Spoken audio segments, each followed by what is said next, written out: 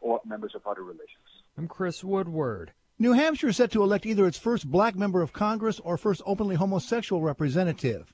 A black former police chief backed by the Trump administration won the Republican nomination Tuesday in the state's toss-up congressional district and will face an establishment-backed Democrat. And that is American Family News on the Hour. I'm Chad Groening. Y'all have encouraged us to go out, stand for the Word of God, stand politically. It's truly a blessing to hear how God is using Urban Family Talk. Just want to say I love everything that Urban Family does. Will you take a moment to share your story? Call 877-327-5647. That's 877-327-5647. Thanks.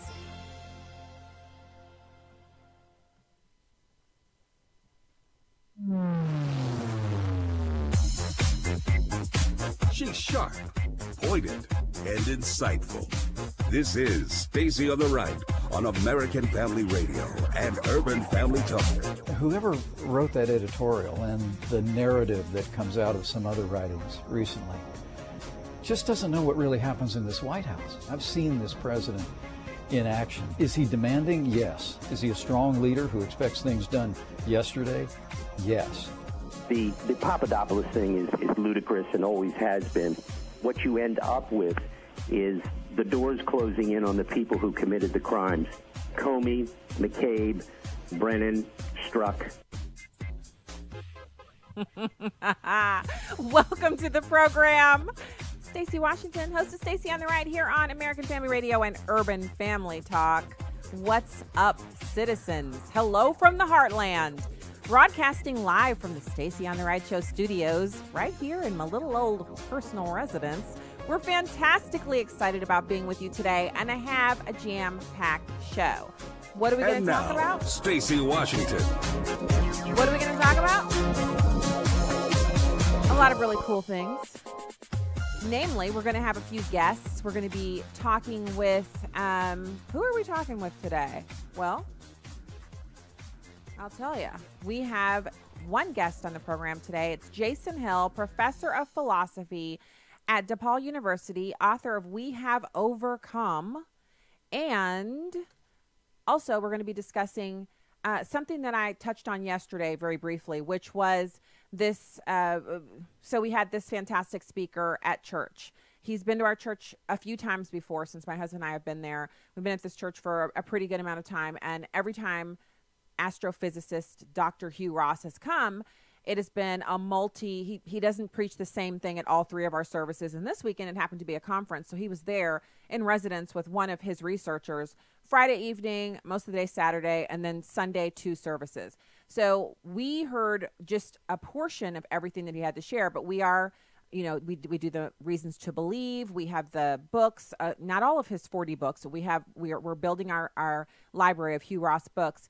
And I mentioned something about creation yesterday, and I don't even actually remember the context. All I know is it upset a few people, and so we're going to go through that. But instead of having me explain it, since I'm no astrophysicist, I actually found some audio of Dr. Hugh Ross explaining it, and he's been consistent on this point. Not only has he written a book specifically about the 7 days of creation, but he's also spent a copious amount of time speaking about this across the country and internationally. So he's a man who I think probably, and I might have said this at the time, is one of the most intelligent speakers. He's brilliant. I've never sat and listened to someone for hours and hours and hours of Q&A as I have with Dr. Ross and heard every question imaginable. Sometimes the questions are so far above what I know scientifically that it's like the person speaking another language. And then Dr. Ross will break down the question in lay terms so the rest of us can catch up and then answer it. And he's never stumped. I believe he's memorized the entire Bible. There's never a passage of scripture that you can name that he can't cross-reference to all of the other mentions in the Bible and then go back to that scripture, quote it in its entirety, the parts you left out included, and then answer the question. So it's no doubt in my mind that he's a preeminent expert in the field of astrophysics and Christian apologetics. And I also am firm in that belief because our pastor only brings in speakers who have been vetted and are thoroughly rooted in the Christian worldview and they don't waste their time arguing about the minutia. And so one of the most important things that we can do here is the back and forth between the listener and me. That's what this is. And I am willing to, first of all, I have to be willing to be corrected as a child of the King. And I'm also willing to engage on subjects. But I'm not willing to be the whipping post, or, you know, if you're upset about programming changes or things that aren't to your liking, I'm not willing to be the whipping post for that. And that's not biblical. So doormat Christianity, that's not Christianity. But in the same token, if there's something that I can go into further and explain or further expound upon, or bring you audio that someone is expounding upon it to answer a question, I will definitely do that. And that's what's the case here. So you've got Dr. Hugh Ross talking about the 7 days of creation, days being the operative term here. He's written not just one book about this, numerous books about this, but specifically he's going to talk about the book that he wrote that covers this topic. And when I'm stumped on something like this, it's great if I'm listening to a speaker or if I'm listening to a radio show and they cover something that I'm not sure about. If I do some research on it and I can't get that full data, if they've mentioned a book, I'll go get it from the library, because I'm not always willing to shell out bucks to have a book that I'm not sure is going to be of value to me. And I'll find the relevant portion and try to cross-reference it. And so, you know, not to belabor the point, but he's written all of the books on the subject. And I think it's not something that we should divide over. And that is the main point to what you're going to hear from him and from me, is that there are certain things we have to divide over, like whether there's a Trinity or whether you can come to salvation and make it to heaven in any other mode but Jesus Christ. Those are things to divide over. Those are doctrinal issues that separate Christians from others. This particular item, whether or not day means 24 hours or whether it means long period of time, is not something that we should divide over. We should not divide as a doctrinal issue that prevents people from coming to salvation in Jesus Christ, but it is worth discussing. And if it can help someone who's on the fence, then definitely we need to do that. So here's Dr. Hugh Ross explaining the 7 days of creation. It's the first part of the clip. We only have two. Number 7. I'm going to give you a brief answer, but if you want the long answer, it's in this book, A Matter of Days. And I wrote the book with the intent of trying to bring some resolution to this debate within the Christian church. Are the days in Genesis 1 24-hour periods or long periods of time?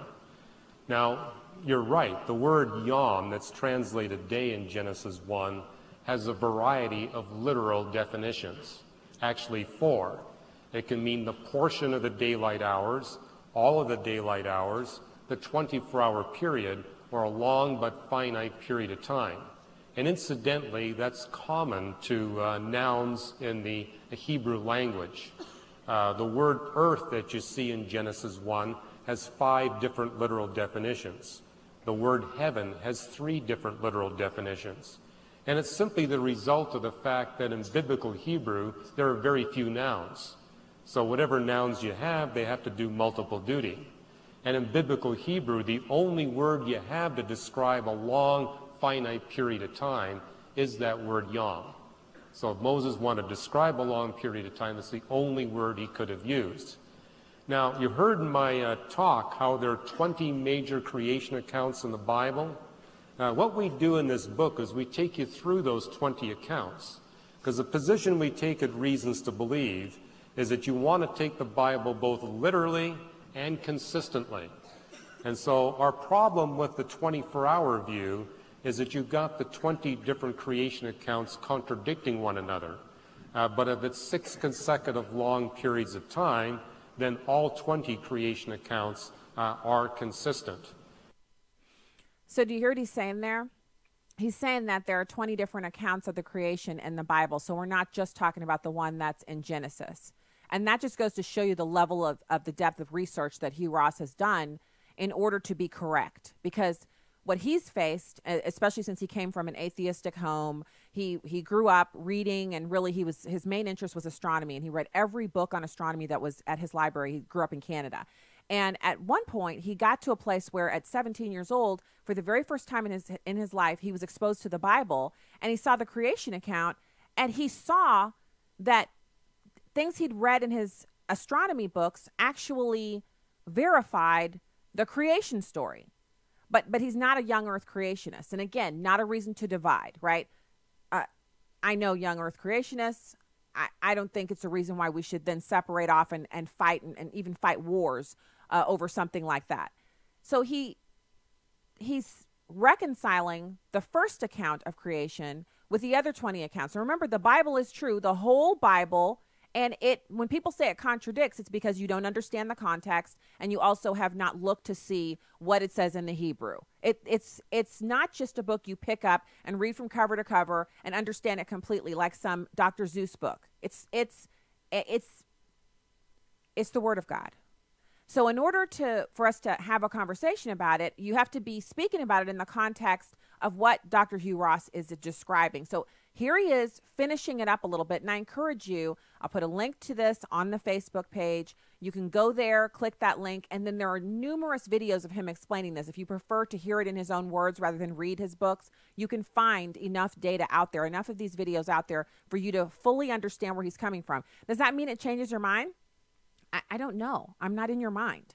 But what I do know is if you listen to what he's saying, it's much more beneficial than you simply coming at me and saying, you're spouting off a bunch of drivel. You don't know the Bible. You're taking the word of some man over the word of God and basically insulting me. And then closing off with, because I'm a Christian and yada, yada, yada. Yeah. No. Okay. So here's the resolution to this. It's number 8.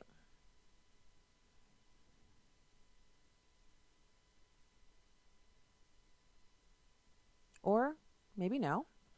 I'm not sure what's going on there, but we have some more audio for you about him explaining the 7 days of creation and how the seventh day is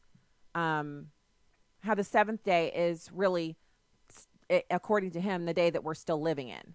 So, and when I say the day that we're still living in, it's an extended period of time. What I mentioned when this all came about, the brouhaha, is that there are these long periods of time, and that the word day in Hebrew means it has more than one meaning. It has 4 meanings, and one of those 4 meanings is extended period of time, and that he uses the information from the Bible and astrophysics and the fossil record to prove the Bible. So as opposed to people who say that the fossil record proves, with all the gaps and all of the things that they don't know, that proves evolution, Dr. Hugh Ross says it's the opposite. The further along we get in our knowledge of science and astrophysics, dark matter, dark energy, all of these things that are sometimes played around with in the sci-fi movies and things like that, all of those things actually point to the creation story being absolutely correct. He happens not to be a young earth, creationist, but that's neither here nor there if you're listening to what he's saying for proof that the Bible is true. So we should have that audio for you in just a minute. I'm going to give you a preview of hour 2. We also are going to be listening to some audio from Joe DiGenova. And he talks about Papadopoulos, a name that's been in the news quite a bit recently. Papadopoulos getting 14 days in prison and what that means. Now, this was, to me, one of the most fascinating pieces of audio. It's up on the Facebook page if you want to listen to it after the show. And he talks about how the Mueller investigation has really turned up nothing, and how Mueller has been really upset about the fact that he feels like he was given, a pig's ear to try to investigate. It's just like nothing there, no substance. And so he's been searching around in the kind of tertiary directions, trying to go around and find something else that they could convict on. There's a possibility that they feel like they have something in the way of obstruction as it pertains to General Flynn and President Trump's handling of that matter. But it still remains to be seen whether or not a court would say that the president can obstruct. Because remember, we've played audio on this show of numerous legal experts, some of them on the left, saying that the president cannot obstruct justice, especially when you're talking about someone that's in his employ. And so to me, it's just common sense. Would the president try to stop the prosecution of one of his employees that he felt was innocent?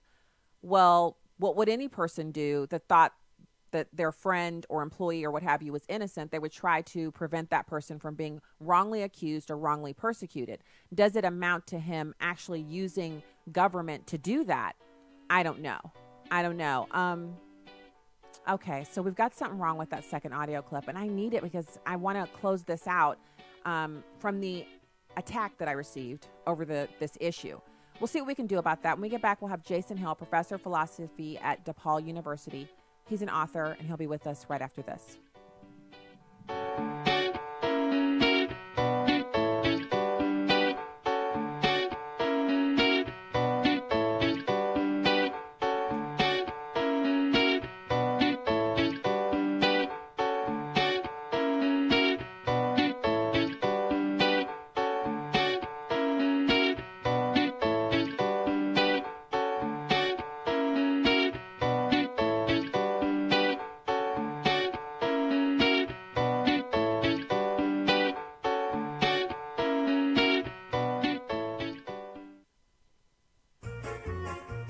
Hello, everyone. I'm Tim Wildman, president of American Family Association and American Family Radio. You know, the very first day in Israel, when we're staying in Jerusalem, we go to the Mount of Olives.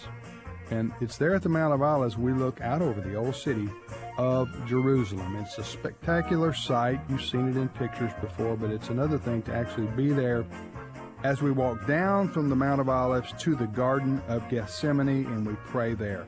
It's going to be a wonderful time with brothers and sisters from around the country visiting the Holy Land, the land of Jesus. If you want information on this March 14th through the 22nd tour, just call us and we'll send you a brochure. Call 1-800-FAMILIES, F-A-M-I-L-I-E-S, option 5, and leave us your name and your address and we'll mail you a brochure. Or if you want to simply go online at twholyland.com, everything's there. twholyland.com. Hi, I'm Crawford Loritz with a Legacy Moment. My wife Karen and I have been on the blessing end of the kindness and generosity of God's people. For over 30 years, we served as missionaries, and during that time, God raised up encouraging allies in our ministry. They supported us financially, they prayed for us, they sent encouraging letters, and God frequently used them to keep us going. Likewise, in our church ministry at Fellowship Bible Church in Roswell, Georgia, God has used key people at key moments to spur us on. In Titus chapter 3, verses 13 and 14, tucked away in Paul's final instructions to Titus, are some helpful insights on giving and being generous. Diligently help Zenas, the lawyer, and Apollos on their way so that nothing is lacking for them. Our people must also learn to engage in good deeds to meet pressing needs so that they may not be unfruitful. Let me point out 3 observations about sharing and giving from this passage. 1, it is our privilege and responsibility to support those who are engaged in fruitful ministry. When you see people engaged in doing something good, come alongside them, write them a check, send them a note of encouragement, give of your time or give of yourself to them. Number 2, encouraging and supporting others should be a priority. It's something you ought to do. Thirdly, our own fruitfulness depends upon our generosity. Giving is a command. It's not just something that we like to do or that we should do. No, giving is something we have to do. Here's what I want you to remember and do today. Do you know anyone serving the Lord who needs a little encouragement, maybe even financial help? Why don't you sit down and write them a note and perhaps send them a gift? This will bless their heart and yours. More information about the ministry of Crawford Loritz can be found online at livingalegacy.org. You can download episodes of Stacy on the Right from the podcast page on AFR.net or UrbanFamilyTalk.com. Now, back to the show on American Family Radio and Urban Family Talk. Welcome back to the program. We will see about having that audio for you in the last segment. Right now, it's my pleasure to welcome Jason Hill, professor of philosophy at DePaul University, author of We Have Overcome. Jason, thank you for joining us today. Thank you so much for having me. So let's talk about this book. You have, the book is called We Have Overcome Immigrants in America? I'm not sure what An Immigrant's Letter to the American People, yes. Yes. So talk to us about why you wrote the book, first off. Well, I wrote the book because, you know, I'm a great patriot of this country and came to America when I was 20 years old from Jamaica, and as a legal immigrant and now proud American citizen. and had fallen in love with America long before I came here. And in the last year and a half, had grown very, very disenchanted with the attacks against America, more particularly coming from the alt-left. People like Ta-Nehisi Coates, who had written a book called Between the World and Me, in which he attacked America as an intrinsically unjust, racist, imperialist society that was built on the backs of blacks and other minorities, and that it was intrinsically unjust. People like Cornel West, who continue to denigrate America. And I decided that another narrative had to be told, that America is an exceptional country, that it is the greatest country on earth, it is the most moral country on earth. And I wanted to write a book extolling the virtues of why I think America is so exceptional and why I think her people are so exceptional. So I wrote this book as a love letter to the American people, explaining two things: how immigrants such as myself had come to America and seen not a country that is intrinsically bigoted, but a country lined with gold, and had made something remarkable of their lives, had made something successful of their lives. And I wanted to explain to the American people exactly what is the moral meaning of America, what makes America so exceptional. I have lived in other countries. I lived in Europe for a year, and I've had the privilege of visiting many, many countries. So I wrote this book as an homage, as a sort of celebration of America in an age of what I call Americophobia. So first off, I want to say thank you for that, because I think it's unique that you've written a book. I'm looking at the cover. We Have Overcome. Jason D. Hill, your face is on the cover. You are a person of the permanent tan, such as myself, and it's not exactly popular, Dr. Hill, to be, permanently tanned as we are, and say things like what you just said, let alone write a book about a homage to a country that you love and see as intrinsically good. I agree with you 100%, and I think one of the reasons, so you're coming from a perspective of you're an immigrant, a legal immigrant, and you came into the country using the rules and procedures that exist, and you were able to come in, and you know what the country that you grew up in, what that's like, a beautiful country, but not America. And I've always been an American citizen, but I grew up in Germany, and I traveled all over Europe, and I went to Russia back when it was the USSR. Then when I was an adult and I was on active duty in the military, I went to Saudi Arabia, and so I've been to the Middle East. And I tell you, there's nothing so stark as spending an extended period of time in another country, even a country as beautiful and fantastic and wonderful, like my second home or third home after Germany would be Switzerland. I love that country. And even as wonderful as it is, as wonderful and beautiful as Switzerland is, and as much as I enjoyed it there, and as much as I really, it's no secret, I wish I could live there for 6 weeks a year. I would. If I could make it work, I would live there for 6 weeks every year. And they would be so sick of me, but they would also be getting free commercialization because I think the country is wonderful. There's no place on earth like America. And once you leave this country and go to other countries and you stay there for longer than a day or two, it becomes patently obvious that America is not just the tip top, but it's like God's jewel on this planet. There are other beautiful places, but there's no place with the variance of beauty that America has. And I could go on and on and on, but it sounds like you already understand that because you went ahead and wrote a book about it. That's right. So how do we get other people to understand why we feel this way? Because you get attacked. If you say you love America and you're black, people, well, you weren't even a whole person back when the Constitution was formed. The Pledge of Allegiance is racist. The Star Spangled Banner, racist. All people are doing is tearing it down, and they're doing so in the name of racial equality, which is garbage. But how do we get people to understand what you know? We get people to understand that America is a country that is progressive by nature in the sense that built into its DNA are self-correcting mechanisms. We are a country that has at its core a self-correcting mechanism where we're always seeking to correct our flaws. Our Constitution has several amendments to it, which means that our founding fathers realized that they too were not infallible creatures, that they too were prone to errors, and that they could foresee a future in which the limitations of their vision for America could not be radically changed in the sense that the fundamental meaning of liberty and freedom and inalienable rights could be changed, but that the pantheon of the human community could be widened to include, the domain of the ethical could be widened to include those who had been excluded at the time of its writing. And if you look at the history of this country, you realize that today, those who had been excluded from the pantheon of the human community, from the domain of the ethical, are now included in that domain. We are a self-correcting country we're always interested in two things. One is expanding the meaning of what it means to be an American.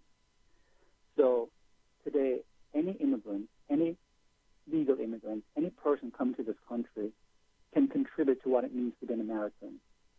And the second thing is that I find exceptional about this country is that, and I have studied world history very, very carefully because it's part of what I do as a living, is that we are an unprecedented phenomenon. We are the only country in the history of humanity whose citizenship laws are not based on blood or lineage or nationality or race. It is theoretically open to anyone. I lived in Germany for a while, and it's not until recently that Germany revised its citizenship laws. You know, you could have been born in Germany as a Turk, as a Jamaican.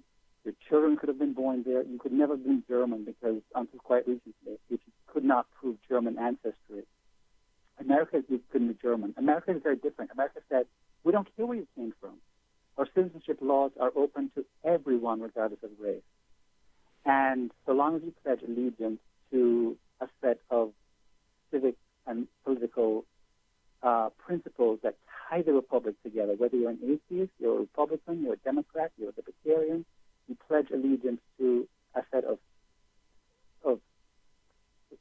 principles that tie the republic together, and that your tribal loyalties can't supersede the principles that give coherency to the republic. That's all that we ask of you. We don't ask that you give up your language, that you give up your customs, that you give up the way of your personal identity. When people look at the history of other nation states and they look at how America was formed and how America continues to be formed, that really, really boggles the mind. You know, we have given, and the third founding of this country, the 1964 Civil Rights Passage, the act that was passed in 1964, which granted full equality before the law to blacks, makes me really realize that this country is a remarkable country. Not that civil rights was some kind of, gift. I mean, it was not. It was properly earned. But we are a country that is always trying to better itself. We're always trying to do justice and always trying to correct our flaws and our mistakes, and always trying to, whether it's marital equality, whether it's improving the sins of sexism or racism or whatever it is, that we feel we have failed to confer humanity on those who have felt dehumanized. We do that job, and we do it quite well, I think. Well, I think we have in the past, but because of the increased pace of immigration from countries that are sending people here illegally, we're in danger of losing that ability to convert any person from any nationality into an American. Assimilation takes time, and we're at a place where the influx is exceeding the amount of time that someone needs to actually assimilate into American culture and become an American. So I can't disagree with what you've said as far as it pertains to how we really don't view it as a blood thing. I know I grew up in Germany, and in order to be a German citizen, from what I understood as a kid, one of your parents had to be German. So if you were an American soldier and you married a German woman, which happened, I mean, I remember some of my dad's soldiers marrying German women, and their children would have dual citizenship. Now, in America, you have to choose when you turn 18. But in Germany, they would allow you to have the dual citizenship as long as you could show that one of your parents was a German. And it wasn't, because they have a term for people there. When I was growing up, people who lived there who weren't German but were living as citizens there were called third country nationals, meaning they came from a third country to Germany, and they would be working there. And some of them would have been there for 30 or 40 years and had children, and their children were third country nationals because, no German parentage. And so it was an interesting thing because in America, you need only just be born on the soil, first of all, which is a kind of a ludicrous perversion of the amendment that was meant to make sure that black slaves could not be turned away from America because they didn't have citizenship, and the children of slaves. But be that as it may, in America, all you got to do is be born here. And we don't say, like, I know there's this thing that's in vogue right now, calling black people African Americans, even ones who've never been to Africa, calling people Irish Americans and things like that. But the whole concept of America really pushes away the idea of hyphenation and puts us all on the same equal footing, whether you're rich and you immigrate or poor, and no matter which background you come from. As you said, with people who are atheists can immigrate into America. We're not a theocracy. I would like to see it preserved. I think what you've described is an accurate picture of what this country is, which children need to learn that so that they can love America and really appreciate what we have. But then there's the idea of preserving what the founders created, this unique experiment that has yielded the most prosperity and the most freedom and liberty and the most desire for people to be a part of this. How do you see us going about preserving that? How do we go about preserving it? Well, I think one of the ways that we go about preserving it is by continuing to foster in our educational system what I would call the principles of Americanism. That is individualism, self-reliance, the absence of a victim identity, so victimology has to go out the door, the absence of identity politics. We have to continue remembering that part of our political DNA is not socialism, which is gaining ascendance in this country, but in free market enterprise and capitalism. That capitalism is the bedrock of this country. Capitalism saved this country. Capitalism made this country. The beacon of light that we speak of when immigrants and other people are attracted to this country is not because of its necessarily, they're not coming here because of, just American culture. They're coming here because they can achieve some kind of parity with their future compatriots, and that's through the free market capitalist system, to start small businesses of their own to contribute to the American economy. I think what we're seeing in the educational system from K through 12, and certainly in the educational system, the higher educational system that I'm a part of, is a radical indoctrination of students into a very nefarious left-wing ideology where they're being taught that America is an imperialistic, unjust society, that capitalism is a bad, bad thing, that the antidote and the answer to it is something called socialism, which is really legalized theft of the well-earned money of private citizens. It's expropriation of people's money.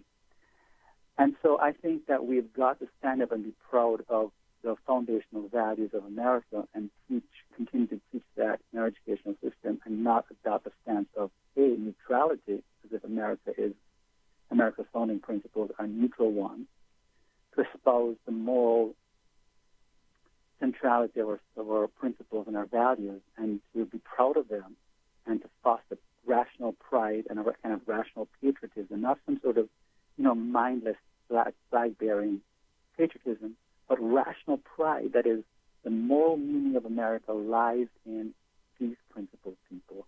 Individualism, self-reliance, capitalism, freedom of association, freedom of speech, all the things that are contained in the amendments, the Bill of Rights, that are very, very unique to this country.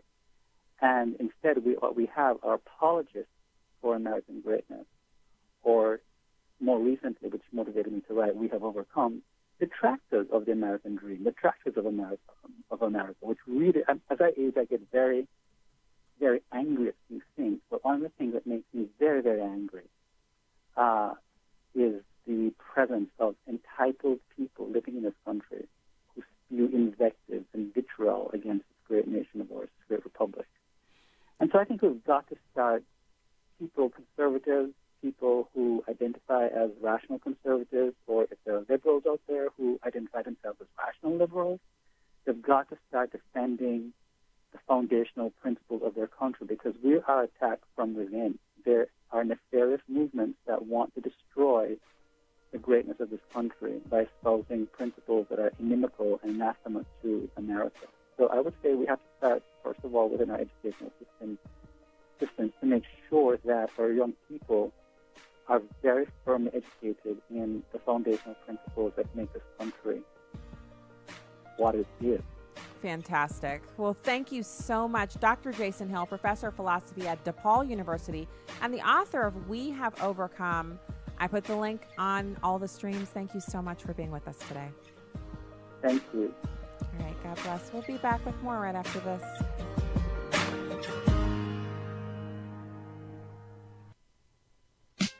One of the first steps to becoming a Christian is recognizing our sinful nature. What makes it so difficult is that we have selective vision when it comes to our own issues. It's easy for me to see your faults, but when it comes to seeing my own, then my eyesight automatically gets bad.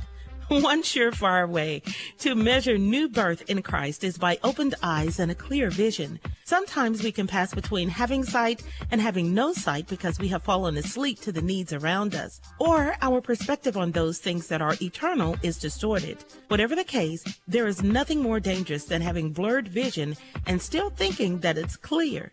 Don't measure your vision by your own standards. It will be warped and distorted every time, but rather measure it by God's standards. God desires that our eyesight remains clear. So how is your eyesight today? With a heart for the urban family, I'm today's urban woman, Tony Johnson. Connect with us at urbanfamilytalk.com. Back to Genesis with Dr. John Morris, geologist and president of the Institute for Creation Research. Dr. Morris, do creationists say that the biblical flood laid down all the fossils? No, we don't, Chris. Now, we do think that the flood of Noah's day is responsible for most of the fossils in geologic strata, but certainly not all. We talk about a time of residual catastrophism after the flood, which included the Ice Age. During this time, a lot of fossils were formed. Ice Age fossils would typically lie on top of the flood fossils, which came earlier. Now, of course, there are some fossils being formed today in minor catastrophes, minor floods, minor tsunamis, but these are of local extent, not like the fossils in strata from the flood. Chris, the biblical story of Noah's flood is absolutely essential for a full creation understanding. Let's go back to Genesis and get it right. To learn more about creation, get our free DVD called That's a Fact. Call us at 800-628-7640 and mention the promo code FACT. Donald Trump's America. President Trump says the federal government is making preparations for Hurricane Florence making landfall. It looks to me, and it looks to a lot of very talented people that do this for a living, like this is going to be a storm that's going to be a very large one, far larger than we've seen in perhaps decades. The president getting a briefing from FEMA Director Brock Long and Kirstjen Nielsen, the Secretary of Homeland Security. The safety of American people is my absolute highest priority. We are sparing no expense.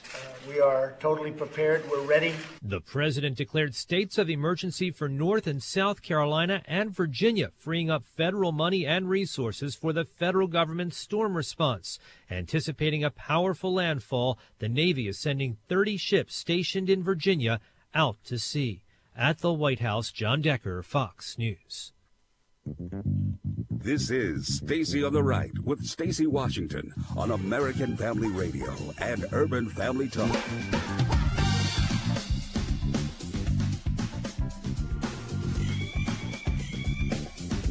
Hello. Welcome to the show. Pay no attention to the trolls.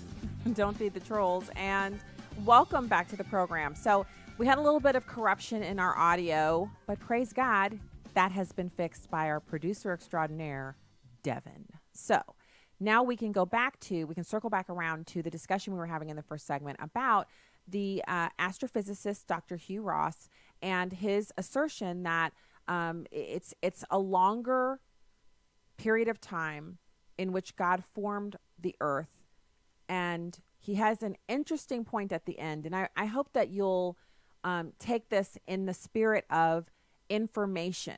So if you listen to the clip, the first clip was in the first segment, then this one now, and your mind isn't changed, God bless. Amen. If you listen to it and you want to know more, you go check the books out of the library, you buy them. Yes, awesome. If you're not interested in never hearing about this again, good for you, and I'm happy that you have, your own feelings and they're valid and everything is still fine. This is not meant to be the end-all presentation on this subject. It's not meant to divide Christians. It's not meant to drive Christians away.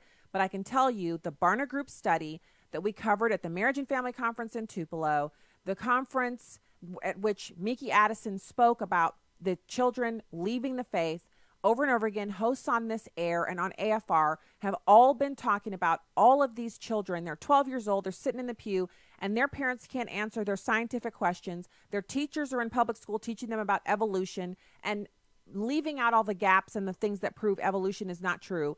When these kids ask their parents these questions and the parents can't answer, the kids believe the kids who are making fun of them. Oh, you're a Christian? That means you believe in fairy tales. The teachers are telling them, if your parents are teaching you about the creation story, your parents are using old information that's outdated. The updated information is here in your science book. So astrophysicists like Dr. Hugh Ross have taken the time to research the information, and using his vast array of knowledge from his numerous degrees and teaching and the research that he's done, he's able to answer a lot of these questions. And when we answer, when we have a reason for the hope that is within us, that glorifies God and it keeps people from being led astray. So it's not a reason to divide. We don't divide over these issues. And so I'm saying that because, my first instinct is I'm ready to smack people down. I'm tired of from people who should know better. The response is, well, I thought I kind of liked your show, but then you said blah. Well, okay, you still have you have every right to your feelings, and whether or not you like the show doesn't impact whether or not something is true or not. This isn't about our feelings, it's about what is true. And it's not about dividing, it's about what information we can glean and then pray and then move on from there. Because we're not going to be sitting up debating this issue for the rest of our lives. We have bigger fish to fry, like discipling others, like putting our best foot forward in our relationships so we can draw others to the Father. That's far more important than whether or not you or I are young earth creationists. But here's Dr. Hugh Ross explaining the rest of it so you can have a nugget of information. If you want to go further, there's so much more. It's number 8. Now, the thing that persuaded me at age 17, reading the Bible for the first time, is that when you look at Genesis 1, you've got an evening and a morning for the first 6 days. But there's no evening and morning for the 7th day. I looked for it and it wasn't there. Well, the evening and morning minimally would be bracketing the beginning and the ending of each creation day. So it told me day 7, though it had a beginning, had not yet finished. And it's a period of time when God rests from his work of creation. And when I read Genesis 1 at age 17, for me it answered the enigma of the fossil record. When we look before humanity, we see an abundance of scientific evidence for speciation. But after humanity, we don't see any. Well, for 6 days God creates. On the 7th day he rests. That's why we don't see anything happening now. But that tells us that the 7th day also is a long period of time. And if you want 18 more biblical arguments, then you'll have to get the book. But what I try to do in the book is I finish it off with a set of predictions, saying if the young earth model is correct, this is what scientists and theologians will discover in the next 12 to 18 months. But if the old earth model is right, then the next 12 to 18 months, they will discover opposite things. And so we wait 12 to 18 months and we see whose predictions have come true. Then we can move on to the next church-splitting controversy that's got no bearing on salvation doctrine. Did you hear that?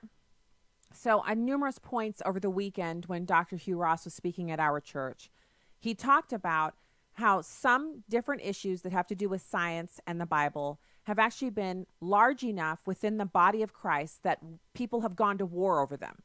Nations have warred over individual doctrinal issues.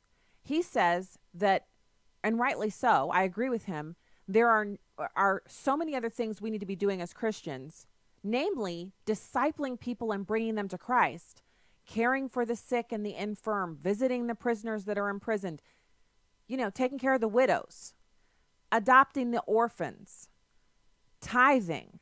There's so much more that we need to do, but instead we're busy arguing over whether or not you're not a young earth creationist, so I can't listen to anything else you have to say. Well, you might miss that very thing that you need to hear, whether it's political or cultural or about marriage and family or biblical.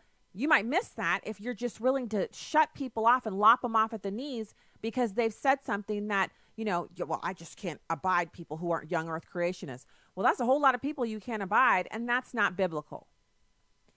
So I'm cleaning this up here today on the show. First of all, because if there was a piece of information that proved what he said wrong definitively, then I would play that. And I would say, it looks like I was wrong. He was wrong, yada, yada, yada. But that's not the case here. If and when that happens, you'll see it. You'll hear it here. I did it on my last show, the weekend show that I had before this one. And if found to be needed, I will do it again. Oh, you don't have to worry about me being up that high. I understand that as a human being, I not only can make mistakes, I probably will. And so the issue is not me being too proud to admit that I'm wrong. But on this case, I need definitive evidence that disproves what Dr. Ross has put in his book about the 20 different creation accounts in the Bible. It is to address all 20 of those accounts and definitively prove that what he asserts is not true.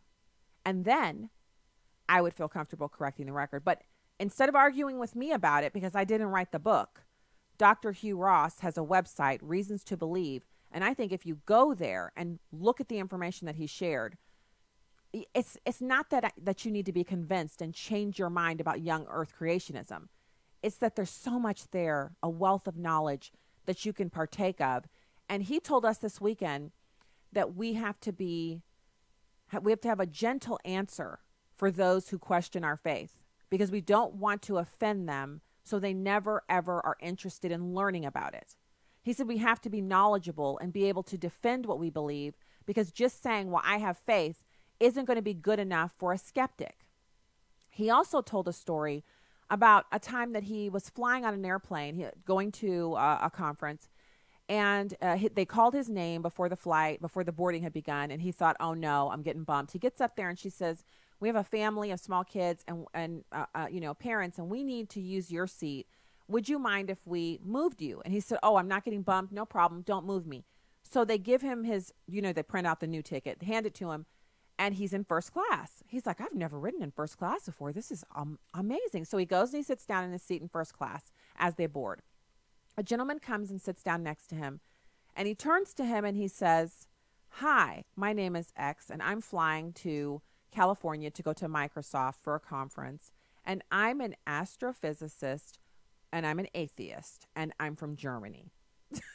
So Dr. Hugh Ross says, well, I'm Canadian, and I'm an astrophysicist, and I'm a believer in Christianity. And they proceed to talk the entire flight. They've got this multi-hour flight. Their conversation was so interesting that the people behind them in first class, everyone was paying attention.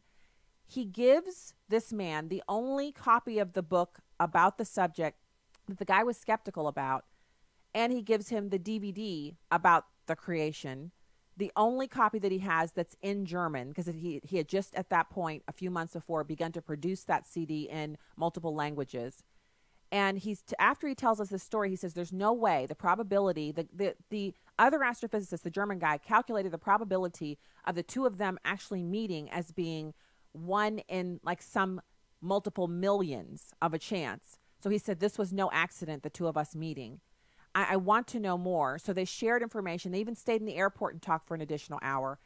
And Dr. Ross said there are many of us, all of us in the audience, he said, in the church where we're sitting there listening, that none of us were there by accident, that none of us learned of Reasons to Believe in his ministry by accident. He's also a pastor. He pastors a church.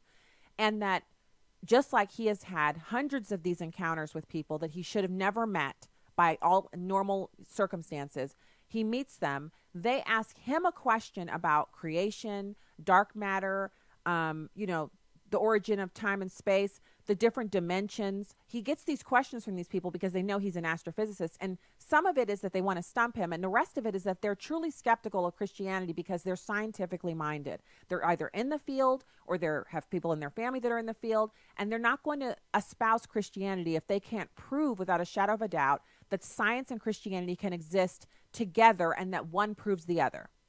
And so he said to us, the reason that I write all of these books and I do this is because you have these people that you're interacting with, whether it's on a plane, at a restaurant, in your Bible study, at your church. It might be that it's the parents of a friend, your child's friend's parents, that they know you're Christian, but they don't know how to approach you because they're scientifically minded. And he said, if you read the books and educate yourself, then you will be that person who can explain the reason for the hope that lies within you and draw others to Christ. And I could have just jumped out of my seat there at the church and just gave him a standing O right at that moment. It was during Q&A, so that would have been a little weird. But I saw a bunch of other people just kind of looking around and nodding their heads. He got us. That is what we're supposed to be doing. That's the Great Commission, to go out and make disciples of all men. If we're not doing that because we can't adequately defend why we believe what we believe, then we're being disobedient. We're not following what God has for us. And so, I had some super frustrating moments earlier today. And I was thinking, oh, you know how you just get to a place where you're like, I just want to go outside and run around and, in a circle 50 times. I'm like, I can't do that. The show's coming up. I can't be all, outside running around a circle. And it's hot outside. And I was thinking, I feel a headache coming on. I feel that. And then I remembered, these are the classic signs of an attack. You're afraid. You've got a whole lot of stuff on your mind. You can't think straight. Now you're starting to have some physical pain. So I started listening to some praise music. I prayed and I did some, just sang along with the music. I'm no singer, believe me. And I began to feel a lot better about it. And so you see what's happened so far this show. We've even had the audio corrupted and not able to be played, which, you can say it's an attack of the enemy, or you can say the audio is corrupted, whatever you want to call it. But if you're sitting in the audience and you're listening to this, and you've heard me say all of this about Dr. Hugh Ross, whether you accept it and you're fantastically excited by it, or you're absolutely rejecting it right now and you're wishing that this hour hadn't been switched over, in any case, you aren't here by accident. And so the thing that you have now that faces you is, do you go forward and investigate more, watch some of the YouTube videos? That's the easiest thing you can do. Just type in Hugh Ross, astrophysicist, and all of his stuff will come up. Or you can go to the library and check out some of the books. Or you can go on Amazon and order some of the books and they'll be at your house in 2 days. It's up to you. But I believe he said what he said, and I was sitting there instead of not being at church or maybe only going to the 9 a.m. because he said this at the 11 a.m. I was meant to hear what he had to say. And I meant to read the books, and I meant to be a stronger defender of the faith and be able to answer scientifically minded people in my world as to why I believe what I believe, as opposed to only going by what I know from the Bible, which is great. Biblical reasoning is fantastic. But God has given us another avenue in which to defend the faith, and that is through science. I don't know enough to quote everything that he said, but it was a wonderful presentation. And you can find all of that online as well. I'll put a link to that as well if you want to watch some of the sessions that he did at our church. It was a phenomenal time. When you're listening to someone who is not just an expert, but a preeminent expert in a field, and it was just so wonderful. We did not have time to do calls in this segment, but what we will do is do some in the next segment. So we'll have news and information up next, and then we'll come back in with some audio from Joe DeGenova talking about Papadopoulos getting those 14 days in prison. That's interesting stuff. I thought it was some of the best that I'd heard of an interview of somebody kind of sharing their expertise. And I think he used to be a former U.S. attorney or something like that. So he's got a background in this. And we'll take calls, 866-963-2037. That's when we get back. Just take it for what it is, not a reason to divide. We don't divide over issues like young earth or old earth creationism. We divide over the doctrinal issues that determine whether or not someone truly is actually talking about Christianity, the foundational aspects of it. Be encouraged. If you're feeling frustrated, get some praise and worship music going. and thank God for the journey. All right, that's the first hour. We'll be back with hour 2 right after this. StaceyOnTheRight.com.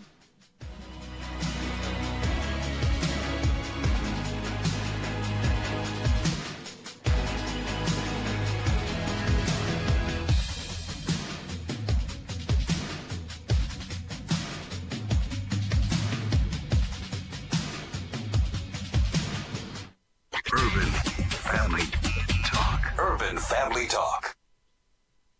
Hey, I'm Miki, co-host of Aaron the Addisons on Urban Family Talk. I want to invite you to be part of our online chat community we've affectionately called The Churban. While you listen to your favorite programs, you have the opportunity to communicate in real time with the hosts of those programs and other Urban Family listeners. Find out what the talk is all about. Become a Churbanite at urbanfamilytalk.com. Truth, wisdom, empowerment. Urban Family Talk, a ministry of the American Family Association.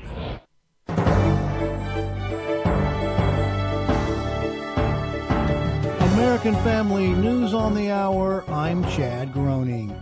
Residents of the North and South Carolina coastline are under an evacuation order, as the governors from both states are urging their citizens to get out of the way of Hurricane Florence before the massive storm takes up residence over the region for the next few days. A state of emergency has been declared from Maryland to South Carolina, as supplies and other infrastructure has been brought to different areas in the region to ensure that help can arrive quickly. Steve Goldstein with NOAA says the storm's power remains at a very dangerous level. Florence may stall after it makes landfall and then move very slowly south down the coast. This could mean that parts of North and South Carolina near the coast will experience hurricane-force winds and hurricane conditions for 24 hours or more. Hurricane watches and warnings, as well as storm surge watches and warnings, are in place across coastal North and South Carolina. More than 1 million people are under an evacuation order, and President Donald Trump tweeted out a video message earlier today calling on anyone in the path of the storm to get to safety, and attempted to assure those citizens that the federal government stands ready to help.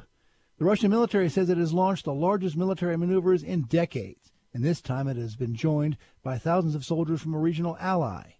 Fox's Lucas Tomlinson has more from the Pentagon. It's the largest military drill since 1981, according to Russia's defense chief, with 300,000 Russian troops and 36,000 tanks in the field and 1,000 aircraft. Dozens of warships have put to sea from the Pacific port of Vladivostok in an exercise dubbed Vostok or East, joining thousands of Chinese soldiers, the first time Beijing and Moscow have joined forces inside Russia since the Soviet era. Russian President Vladimir Putin and China's President Xi were seen cooking together in the large Russian port city, making Russian pancakes interrupted by shots of vodka. At the Pentagon, Lucas Tomlinson, Fox News. GOP lawmakers are making a push this week to ensure that tax cuts continue. House Majority Whip Steve Scalise discussed the second part of tax reform on Fox and Friends Wednesday, saying that the economy is improving, but now it is time to make the change permanent. The main idea behind Tax Cuts 2.0 is working with President Trump. We want to make these tax cuts permanent.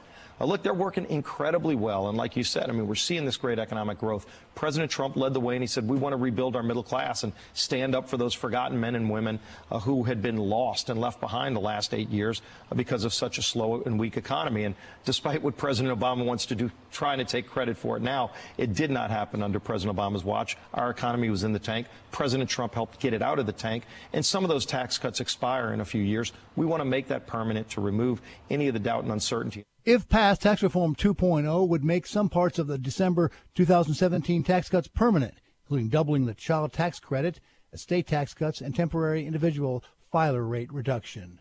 California aims to drop fossil fuels for electricity by 2045, but one resident of the Golden State thinks it's more posturing than anything else.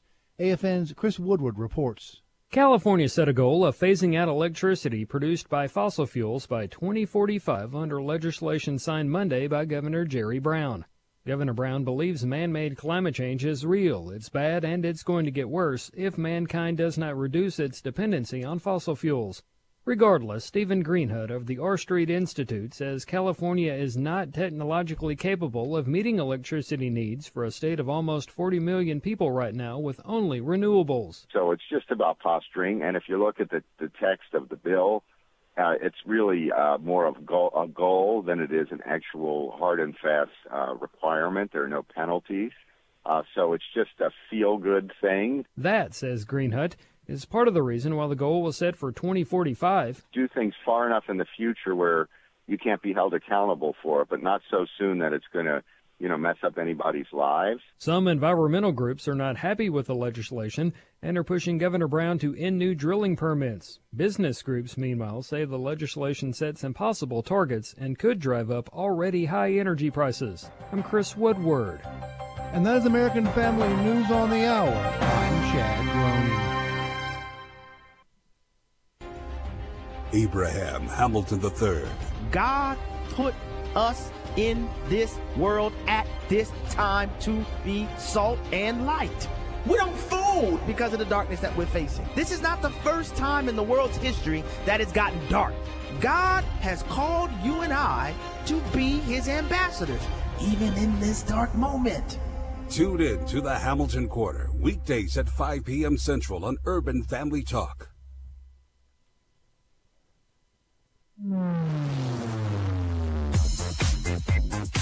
She's sharp, pointed, and insightful. This is Stacy on the Right on American Family Radio and Urban Family Talk. Whoever wrote that editorial and the narrative that comes out of some other writings recently just doesn't know what really happens in this White House. I've seen this president in action. Is he demanding? Yes. Is he a strong leader who expects things done yesterday? Yes. The Papadopoulos thing is ludicrous and always has been. What you end up with is the doors closing in on the people who committed the crimes. Comey, McCabe, Brennan, Strzok. Welcome to the program. Thanks for being with us today. I'm just really surprised that there's been so much kind of just interesting communication going on. Thanks for reaching out. I do appreciate it. And thank you for joining the show today. We have a ton of different things that we're going to be getting into right now. And now, Stacy Washington. Right now, I first want to get into this story about the toxic masculinity. So that was sarcasm, you guys. You know I don't believe in toxic masculinity. I think there are men who are overly manly, and that could be offensive to women sometimes, but there are also women who are overly female, if you will, and that can be offensive to men and to women. And the idea that manhood itself is toxic in general is just another lie from the pit of hell, a way to actually defang men who are supposed to have the fangs, to take away their power so that they can't operate in the area that God has gifted them to operate in, which is the headship, to be the head and not the tail, to lead. That's what they're here to do. So you've got the stabbing at Starbucks on Stockdale Highway. Now here's what's interesting about this. It was a domestic violence dispute between the female who works at the Starbucks and this guy. They don't actually say if he's like her husband or boyfriend or what have you, but they're in some kind of a relationship. He pulls out what is basically a machete and starts attacking her with it, and everybody else in the restaurant starts running. And one person, 27-year-old Blaine Hodge, he basically jumps in between the guy and the woman, and he gets cut in his hands pretty badly. And he sustained some injury to his torso with the machete, but he's able to wrestle it out of the guy's hands and save the woman's life, because if he hadn't jumped in, she would have been killed. And so he's been on social media. He's in the hospital, and he's done a couple of Facebook Lives from there, and he's been saying, "Oh, thank you so much for your support. I love all of you so much, and thank you for being so kind. I just did what needed to be done." And this is the kind of thing that feminists don't want to see. They don't want to see men stepping in and saving a helpless woman who's being attacked. They want to see the woman rear up like Black Widow from the Avengers and, do one of those slam the man to the ground thing with your legs, like those weird, improbable, unworkable types of fighting maneuvers we see her doing in the Avengers. So yeah, in the place of all that, a heroic man is just what the doctor ordered. So now I want to get to Joe DiGenova. Wow, say that 3 times fast. Joe DiGenova talks about Papadopoulos getting 14 days in prison. It's number 6. George Papadopoulos sentenced Friday to 14 days in prison, also getting a $9,500 fine. Yeah. 14 days, that's almost like, a chance to see what prison's like, and then you can leave. That's a golf trip to Florida. Yeah, what do you make of that short sentence for George Papadopoulos? Well, it's a sign that the court views it for what it was. He pleaded guilty to lying about a legal act. His meetings with Stephen Halper and others were completely legal, and they were actually pretextual meetings that were set up by the FBI by Peter Strzok. When all is said and done, Mr. Papadopoulos turns out to be a fool, an idiot, and a dumbbell. But that said, his plea is a nothing burger. What does matter is that this is going to be a bad next 30 days for a bunch of people in the FBI and the DOJ under Obama. The Mueller probe is coming to an end with no indictments about collusion whatsoever. There will be one further indictment, another lying about false statements made to the FBI. But other than that, it's over. And Mueller has told very close associates that he was handed, quote, a piece of crap on collusion, end quote. And they knew it from day one. What's disgraceful is that because of that, he continued forcefully to try and find something else, and they ended up with nothing. Congratulations to Rod Rosenstein for creating a monstrous 18 months for the President of the United States. But we shall see what happens after the election. Joe, that's rather specific. So this Mueller investigation will be done within the next 30 days? No, not done within the next 30 days because they're still going to draft a report to accuse the President of interfering in the Flynn case. They're going to try and make an obstruction out of that, which, of course, is ludicrous. So I want to preface that with Joe DiGenova is not, the only source of information, but this is what he is saying in this interview. And I found it fascinating because it kind of confirms some of the things that we've been asserting with numerous guests here on the show, from White House staffers to reporters, even people who I would technically consider to be on the left-hand side of the political aisle. Everyone has said that they don't think there's collusion and that there's collusion with Russia to impact the election, that there's been these things that have been asserted against the president. And I think the biggest support of what he's saying here is that we've seen the media veer away from talking about collusion. Like, they're just not talking about it anymore. Now they're only talking about, he's unfit, he needs to be impeached, just generally speaking. He needs to be gotten rid of with the 25th Amendment. The whole idea that the Russians had anything to do with what happened has been tossed out like so much garbage. So we know what that's all about. So at this point, now we're going to pivot over. We've got Lindsey Graham talking about the DACA funding for the wall and actually the things that are going on with the military, because we have the U.S. Army Corps of Engineers. They build bridges. They build really anything you need built. The U.S. Army Corps of Engineers can build it. And so the question is, could they execute on the plans to, shore up these areas of the border that have no fencing and no wall and complete the border fencing that the president has called for? And could he use military funds to get it done? And Lindsey Graham has some stuff to say about that. It's number 2. Will we see the border wall funding before the September 30th for the budget funding? The House has $5 billion. The Senate has $1.5 billion. We're 3.5 apart.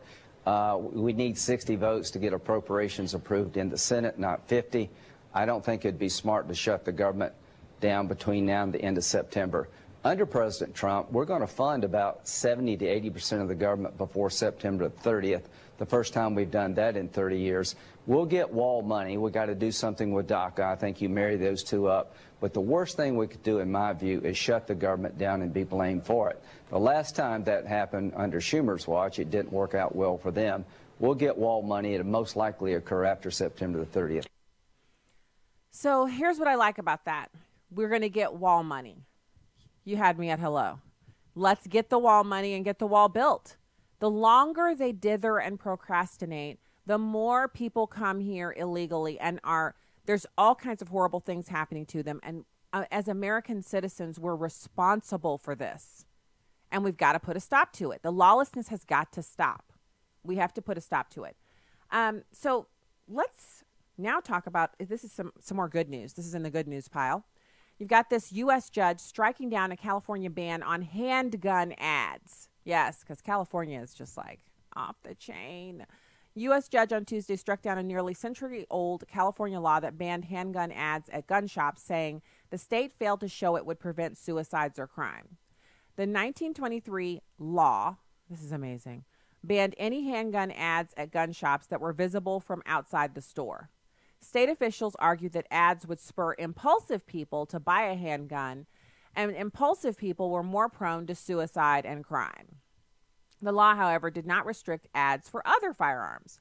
So Judge Troy Nunley in Sacramento noted in his ruling that gun shops could display a large neon sign reading "Guns, Guns, Guns," or a 15-foot depiction of a sporting rifle. The judge said they could also place ads for handguns elsewhere, such as on billboards blocks away. They just couldn't have the handgun sign on the actual gun store window, anywhere near the actual gun store.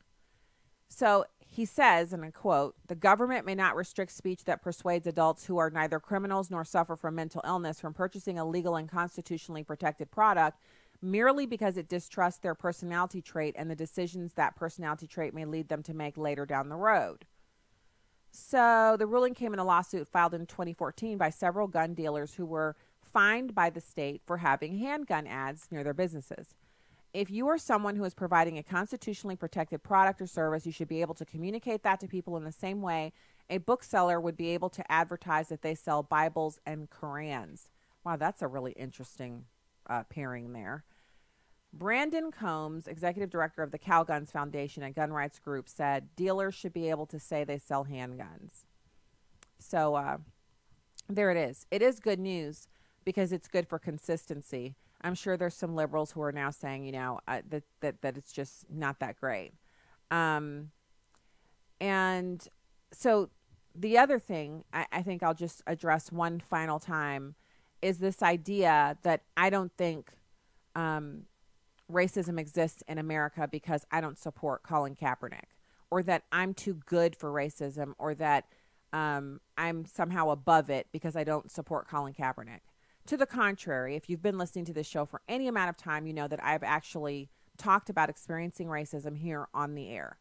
Not because I'm a victim, but because it happened, and in the context that I shared it in, it was a part of a greater discussion.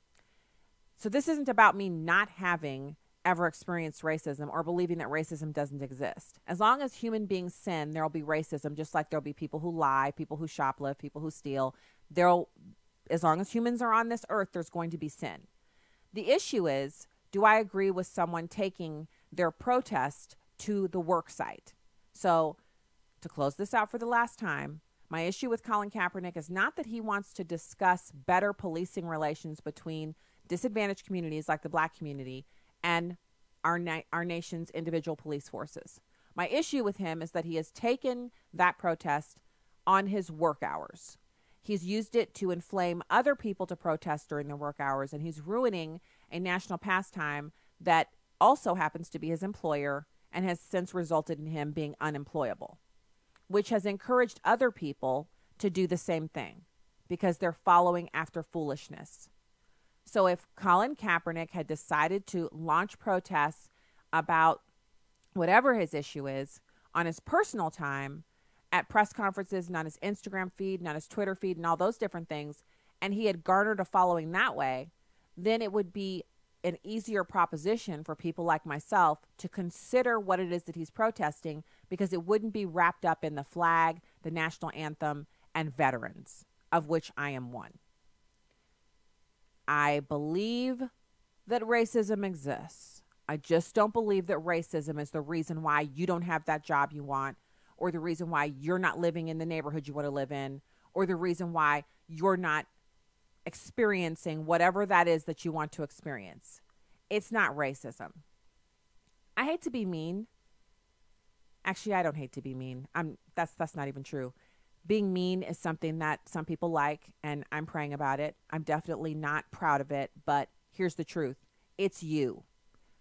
Any person who has something in their life that they've been working towards that they have not yet achieved can look in the mirror and say, it's you. Or it's that you've prayed over it and it's not what God has for you. And so again, it's you because you're wanting the wrong stuff. This isn't about racism.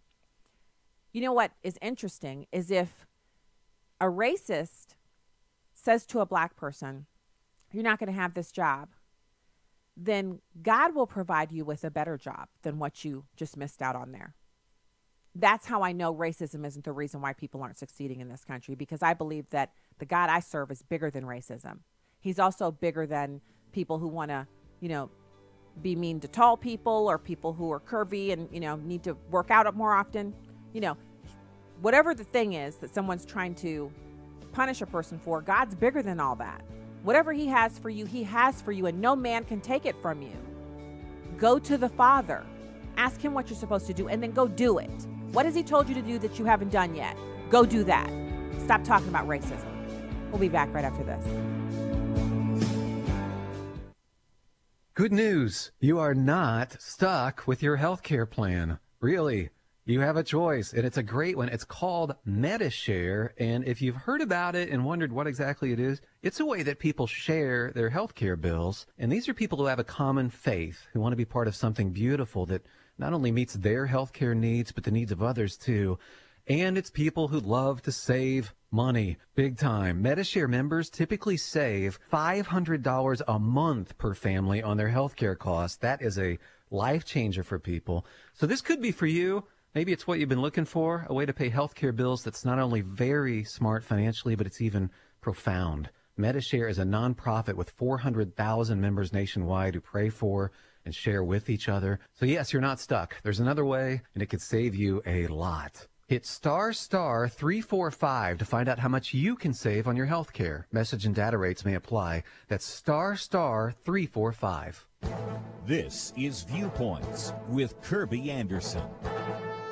According to the latest economic research, median household income is up significantly compared to previous years. Inflation-adjusted median household income hit $62,000. That is the highest level since the research group started tracking such economic numbers 18 years ago. In fact, when you combine these economic statistics with annual census data, you discover that median household income is at an all-time high. Now, if you've been listening to my commentaries, you know that I rarely talk about such economic news. I made an exception in this case for the very good reason. Median household income is the highest it has ever been, but I doubt you heard much about it in the mainstream media. And I think you probably know the reason for that. Members of the media dislike President Donald Trump. But don't you think it is good news for families that household income has increased 4% in the last 19 months Trump has been president? Before he took office, household income had been flat. During the 8 years when President Obama was in office, median household income only rose 0.3%. Frequently, I say on radio that presidents often take too much credit for a good economy and receive too much blame for a bad economy.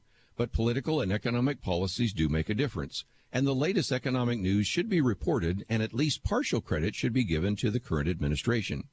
Other positive news that is often overlooked is the Conference Board report that consumer confidence just hit an 18-year high.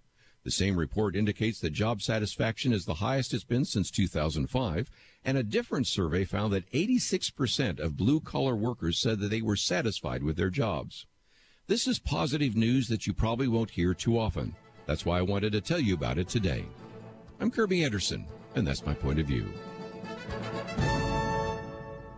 From Universal 1440, Unbroken, Path to Redemption, the rest of World War II hero Louis Zamperini's true story, in theaters September 14th, rated PG-13. You can watch a live stream of the show on Facebook or YouTube at Stacy on the Right. Now, back to the show on American Family Radio and Urban Family Talk. What is it that unites us as a country? Why are we a country? Well, I had to go back to my foundational roots as a Christian, and I had to say Psalms 133 said, behold how good and pleasant it is for brethren to get to gather together in unity. And the United States does have a Christian foundation. We're not a Christian nation. We're not a theocracy, but we do have our foundational principles based in Judeo-Christian morality. And so we had to come together as one. We were unified as one. You had to bring those 13 colonies together, and you needed to have something that was going to unite us. That's where we came together with the Declaration of Independence. That's where we came together with the Constitution, which was built on the framework of the Declaration of Independence that made it clear that we are all human beings created with certain unalienable rights. And so that's what binds us together, is the idea, the principle of unalienable rights. And so when you decide to be anything other than an American, an unhyphenated American, you're talking about disunity. And there's nothing beautiful about disunity. And the voice that you're hearing there is Christopher Harris. He's been on the program a couple times before, a good friend of me and my husband. And he's dead on there. He's dead on. So, backstory there is Tucker Carlson had given a monologue last week about how diversity, celebrating our differences, it doesn't work anywhere. It doesn't work in the military. The military doesn't take disparate groups of people and put them through basic training, speaking from the enlisted perspective, so that at the end you come out all celebrating your differences. No, there's a reason why everyone in that unit, all 300 and some women of us who went through basic training when I was there, we all made our beds the same way. We all folded our undershirts the same way. If you opened one of our lockers, all of our clothes were hung the same way. All of our drawers, if you opened them up, everything was arranged in the same way. Because they were neat freaks or they were training us for a career in retail? No. They did that because they had to root out the natural individualism that causes people to be, so diverse that they can't form a cohesive unit. They don't call military units because they're groups of diverse people. Yeah, they can be groups of diverse people, but the people have had all of that individualism that prevents them from acting as a cohesive unit drummed out during basic training and then technical school, so that when it's needed, they can form up in a regimen and follow orders to the T, and that they're following the orders out of rote activity as opposed to the conscious decisions that you have to make. When people's lives are on the line, when you have to perform a duty that you don't want to perform, but you have to do it so people will not die, that is when you least want the person who's a creative folder and never learned how to make a military corner on her mattress in basic. That's not the one you want next to you. The one you want next to you is the one who picked up all of that, also maxed out on all of their physical qualifications, and was mentally clear enough to get through technical school and make the best grades and still maintains that military precision. So they can sit around and laugh, and they can go and, share a meal with friends, and they can be as relaxed as you name it. But when it comes time to put the uniform on, they're dress, and they're reliable, dependable, and they'll take orders. That is what Tucker Carlson was talking about when he said military units don't want diversity. There's hardly no group in the world. You don't want diversity in a marriage. You don't want a marriage in which one person has nothing in common with the other and is in love with someone else. And the same thing for the other spouse. That's not a marriage. That's two people who should not have went to a church service together. In all things, diversity is not our primary object. Now, if you listen to certain political, mouthpieces, they're going to tell you, well, diversity is the primary goal. Multiculturalism is the primary goal. All Tucker Carlson was saying was that America wasn't built on multiculturalism. It was built on the idea of individual liberty and constitutionally protected rights, and a government that, instead of being there to impose its will on you, was there to protect you so you could live in whatever fashion that you wanted to, but taking care of yourself. So Tucker Carlson just made some, what I consider to be very, very benign comments about diversity. And there was a huge backlash against him. And then Christopher Harris saw it on the news, and he called over to the producer and said, I got words to say on this. And so you just heard what he had to say there, which was brilliant, but he wasn't finished. Here's the rest in Diversity 2. Well, I couldn't agree with you more. I just wonder why the people who have benefited the most from our society, the people who went to Princeton and have cable shows, or the people making $100 million in private equity, the people who really have a stake in the country and ought to be grateful to the country, are so unconcerned, it seems to me, with what might hold the country together going forward? Shouldn't they be the stewards of our country? Shouldn't they be working to unite us rather than divide us? But they're not. Why?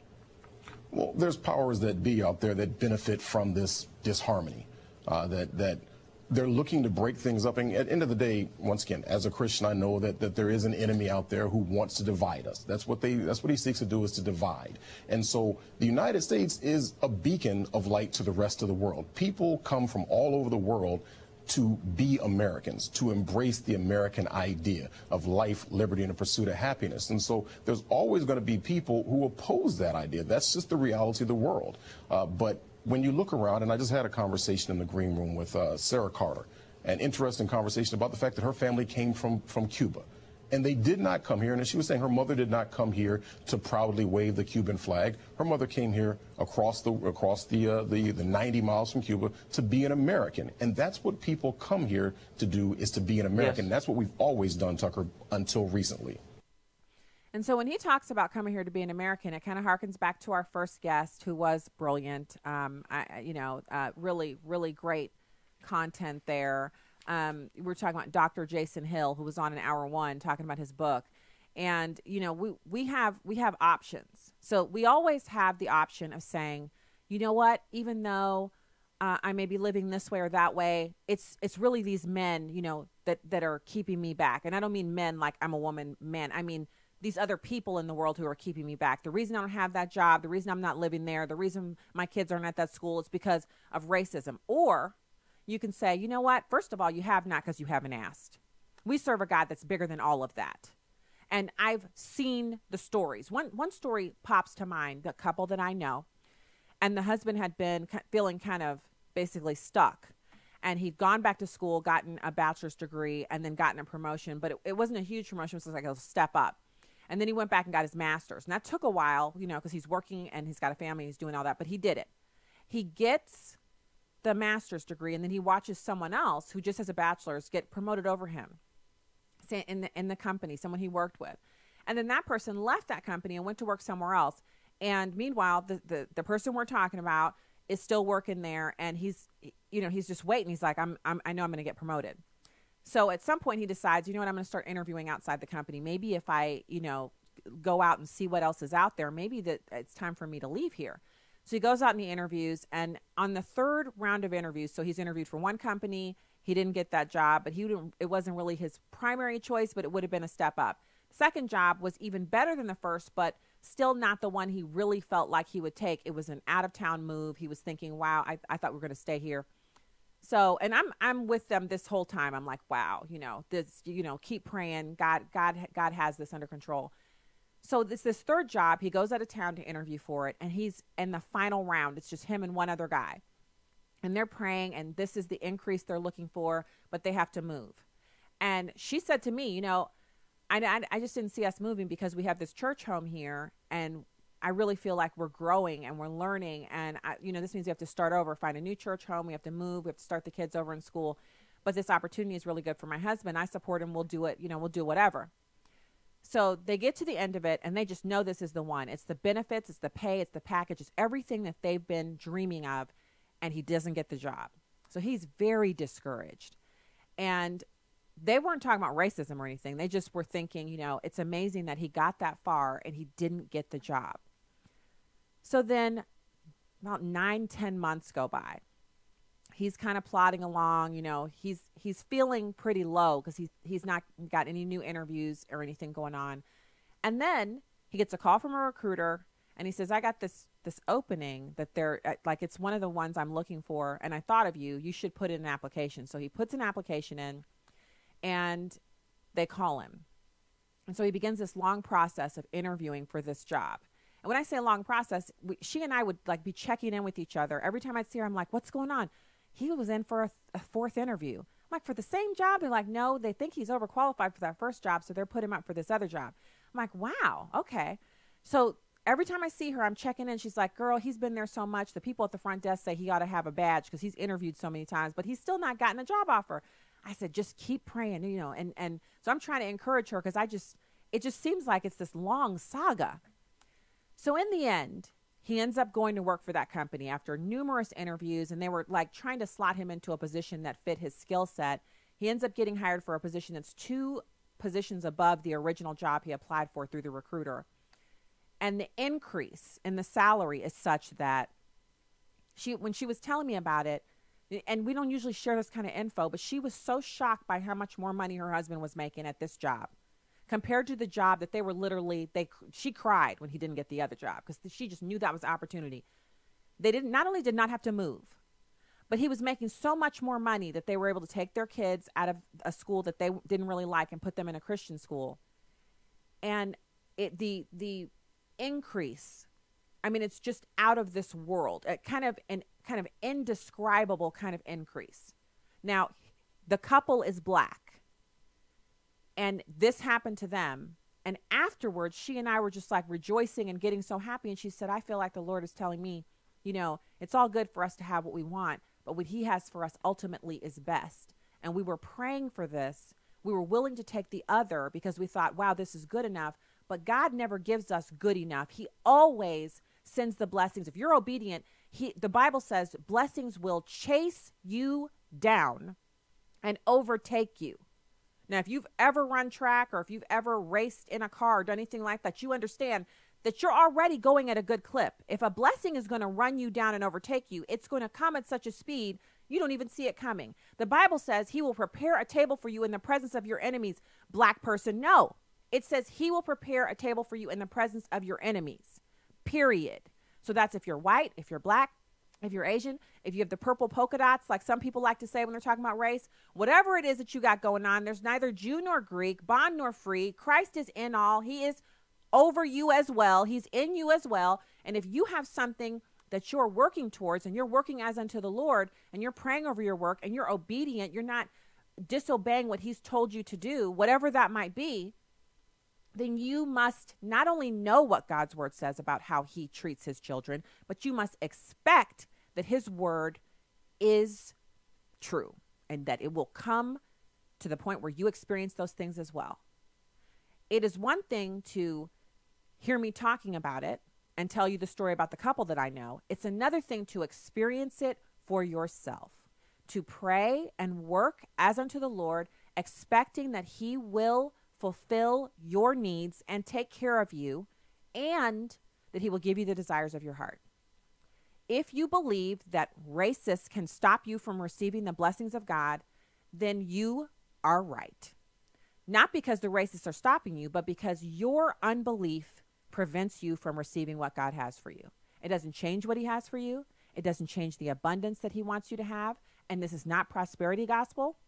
We are all going to struggle. This life is full of struggles. And if you are living and walking in Christ, you are going to experience persecution and things are not going to be a peach for you.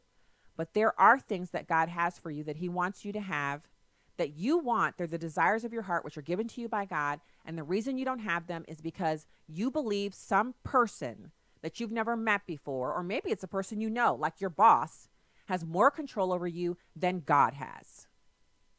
And I tell you what, when you get ready to walk out of that, get your back ready for those blessings to run you down and overtake you. And it's not always the money.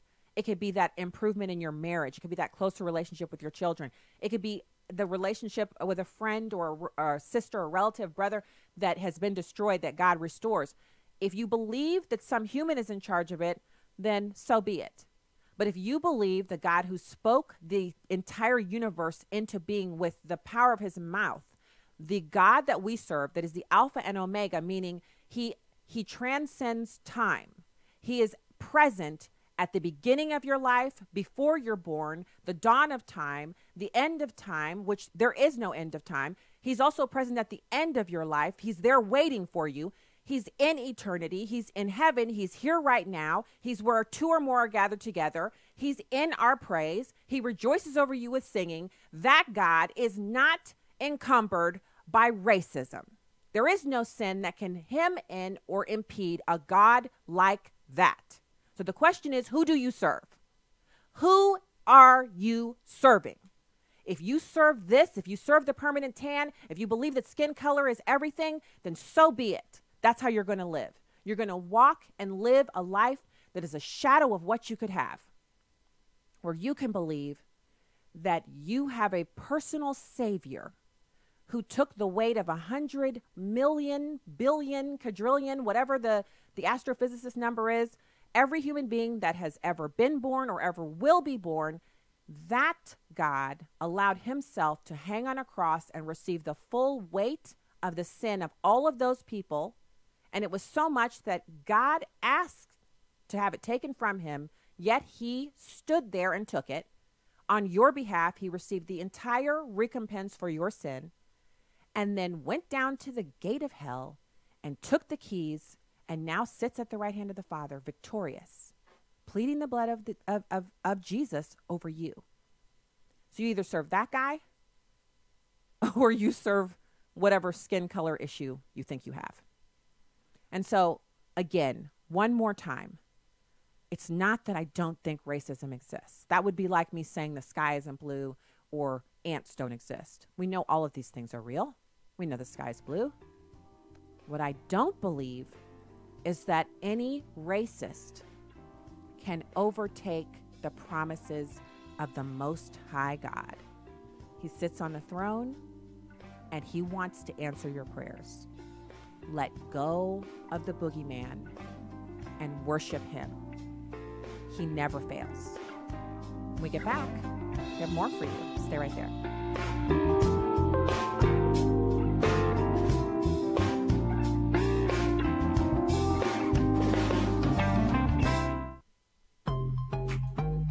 This is Just a Minute with Stacey Washington. As if college students aren't already totally triggered, George Washington University hosted a workshop for students and faculty on the unmerited perks and favors showered upon white Christians, which are unavailable to everyone else. The Multicultural Student Services Center wants to teach minority students they are dupes. Meaningless buzzwords like ally, unconscious bias, and microaggression were employed for this purpose. The Bible is very clear that we are indeed privileged to be the beneficiaries of Jesus Christ's great work on the cross. We are also called to suffer with him, which is a privilege.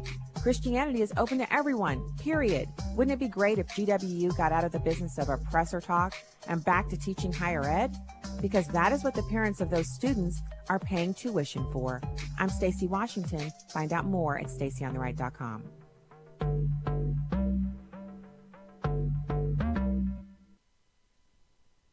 Netflix continues to ignore the outcry about 13 Reasons Why. The American Family Association, along with Parents Television Council and several other pro-family groups, have reached out to the streaming service urging the cancellation of their program. Netflix has not even responded to our letter. Instead, they released an even more vile Season 2 and are producing Season 3. Netflix CEO Reed Hastings says their program is engaging and that it fosters discussion of taboo topics like suicide and sexual assault. But at what cost? 14-year-old Anna Bright and several other teens have committed suicide after watching the show. Hastings calls our objections propaganda. Does he feel the profitability of his company is worth more than the lives damaged or lost because of his show? Please sign our petition to Netflix, learn more, and share our action alert when you visit afa.net. And pray Reed Hastings will recognize the dangers of 13 Reasons Why. Securing America. 17 years after 9/11, the FBI has ongoing terror investigations in all 50 states. The terrorists are still targeting us. Some seek to infiltrate this country. Others plot from afar. They want to intimidate and control us. Attorney General Jeff Sessions, in remarks at the Justice Department on the anniversary of the attacks, praised the work of the National Security Division. 17 years ago, few would have predicted that we would go so long without another attack on the scale of what happened in 9/11. But Sessions warned threats continue to evolve. Today, it's often online. A terrorist in Alexandria, Egypt, can contact a sympathizer in Alexandria, Virginia. Sessions said since 9/11, the Justice Department has secured the convictions of over 580 defendants for terrorism or terrorism-related charges.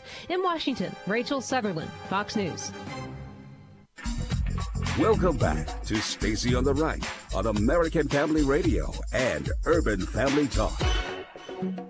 It's absolutely absurd. And I have to tell you, to be honest with you, Chris, sometimes I watch a little bit of TV in the morning, and then I go to the White House, and I feel like I'm in a parallel universe. I walk into a White House where there's a president behind the desk. He's in command. He's constantly driving forward on delivering on the promises that we made for the American people. And then I go home at night and I see cable TV talking about all of this stuff about disarray in the White House, and it's just not my experience. I mean, but I tell people, look at the results. You look at the passage of historic tax cuts for businesses and individuals, and the way that jobs are coming back and investment is coming back, the renegotiation of trade deals, our allies contributing more to our common defense. All of that is happening because we have a president of almost boundless energy who comes in every day, regardless of what's happening in the Washington media culture, and says, what are we doing today to deliver for the American people? And I think that's why I see such enthusiasm as I travel across the country. Wow. So that's Vice President Mike Pence talking about the kind of dichotomy between the people that he sees and talks to who are Americans and what you see in the media. And I want to, before we get into our next subject, I really want to get to this federal judge siding unanimously with President Trump over the protesters in 2016. This is an important case because if the left decides to deploy Antifa and these violent protesters, the kind of Occupy Wall Street third generation folks, then you're going to see the same kinds of accusations hurled at Donald Trump. And this judge absolutely eviscerated their claims. So we'll get to that in just a minute. But I want to say, y'all, I'm getting in trouble with my boss at Urban Family Talk because we haven't had any listener stories. So I've been asking for you guys to call in for the listener stories. Now listen to me. This is like you leaving a voicemail about why you like any one of the shows on the network. So notice I'm not saying you have to call in about my show. Just call in about one of the shows that you like. And so this is in preparation for October Share-a-thon. And we need you. We are listener-supported radio. The first part of this is that we want to have these stories to inspire others who may just be tuning in for the first time. That's how radio is. People are constantly just tuning in for the first time, just finding hosts, just listening and kind of doing what they do. And so you can call in and leave this quick voicemail. And what we want you to do is share your first name, the state you're calling from, and then your story, whether it's that you heard, let's say you heard me ranting, or maybe your favorite thing is when I blame stuff that liberals are doing on unicorns, because that's a new thing that I'm going to keep that up. I think it actually cracks me up. At night, I tell the kids about it over dinner, and they just laugh and laugh and laugh. What new thing have the unicorns done now? And then I tell them. So I'm going to keep doing that. So you definitely can call. And if you're not able to call now, I know how it is. I'm a radio listener too. Sometimes I'll be riding along and, in my minivan doing my thing, and someone will say, you should call in such and such. Well, I'm not calling when I'm driving, so I can't do it then, but definitely purpose to call. The number's 877-327-5647, 877-327-5647. And when you leave the voicemail, what they'll do is they'll save it until the week before Share-a-thon, and then they'll play it. And so that'll be really great.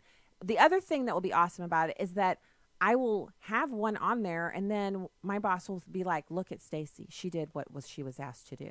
So I've been asking y'all to do this, but no one's been calling in. So help me to help you to help me help you.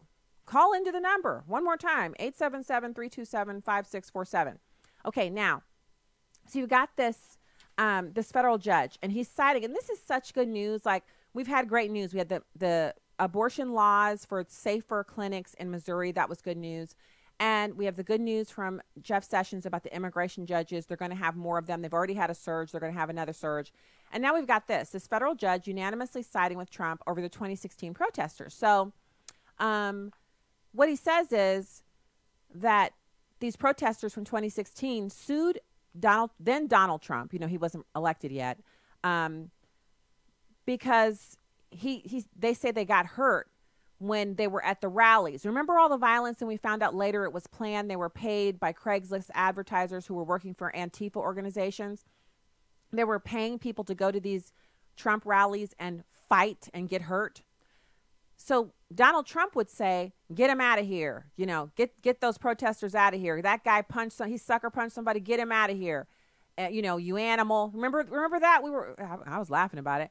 Well, they sued and said that they were attacked because Donald Trump said, get him out of here. But a panel of 3 judges on the Sixth Circuit unanimously ruled that Trump's remarks weren't calling for violence or inciting a riot. And two of the judges went further and said Trump's speech needs to be protected under the First Amendment. This 3-judge panel on the U.S. Court of Appeals in the Sixth Circuit sided with the president, finding that his comments at the rally were vague enough to be shielded by the First Amendment. They also found that his conduct didn't fall under Kentucky's anti-rioting law. Judge David McKee said, speech is powerful, writing in the majority opinion. He quoted another case, yet as a nation, we have chosen to protect unrefined, disagreeable, and even hurtful speech to ensure that we do not stifle public debate. McKee wrote in Tuesday's opinion that the idea that Trump's conduct at the Louisville rally met the standard under Kentucky law for inciting a riot was undermined by the fact that at one point Trump also said, get him out of here, don't hurt him. Isn't that something? He said, don't hurt him. So the judge wrote that the remarks fall under the First Amendment because he did not specifically advocate imminent lawless action.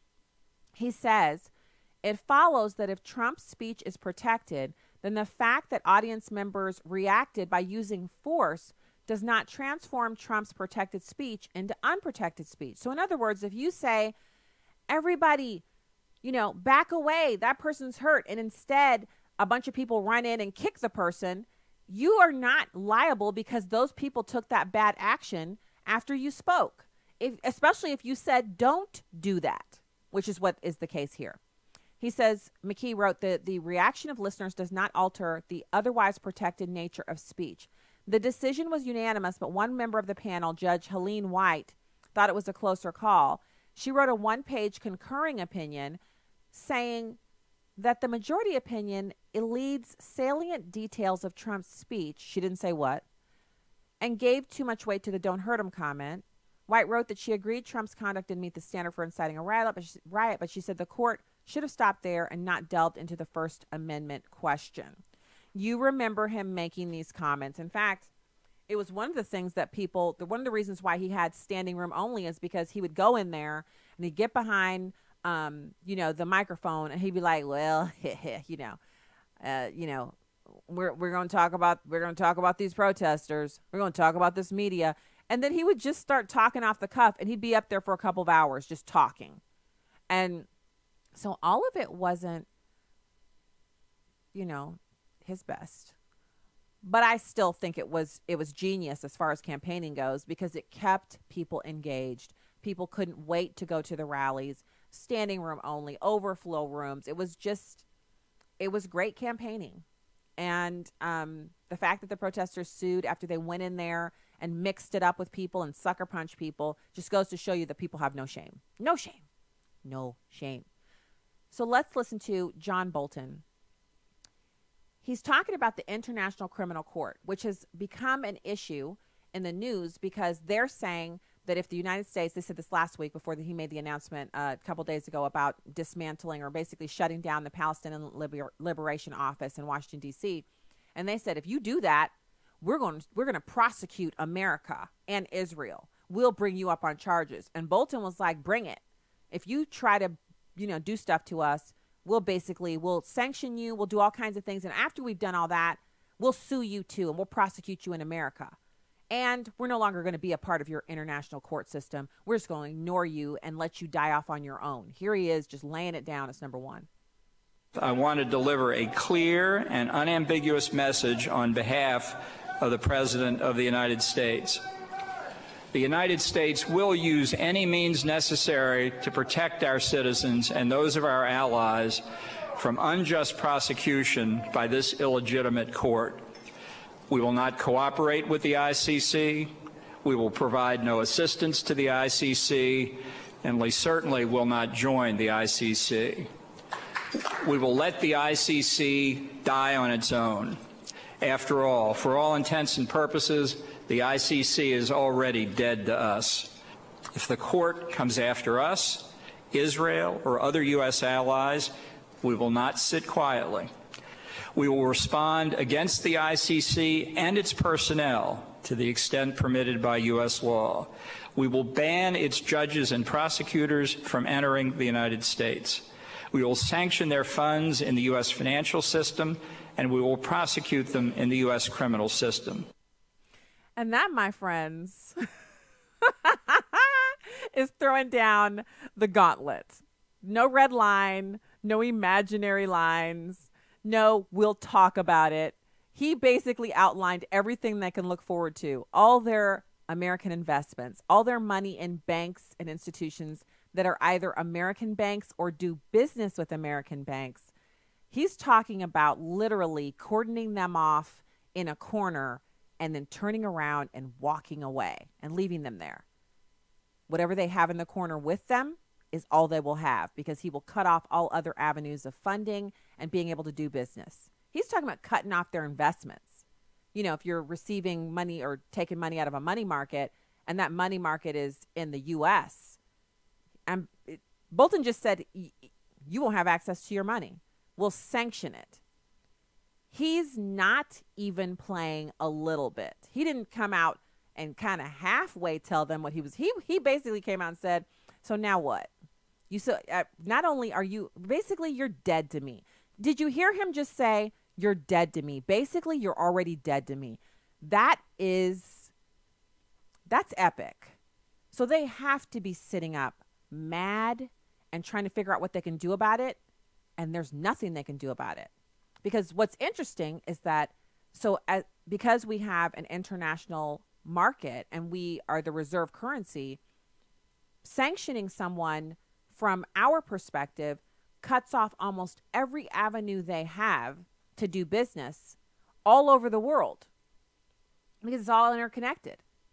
I mean, this is just, I think the reason we don't see this clip on CNN and other places is because when you hear that, you can't help but respect the resolve there. This isn't somebody who he just woke up and rolled out of bed and said, let me say this. No, he discussed it with the president.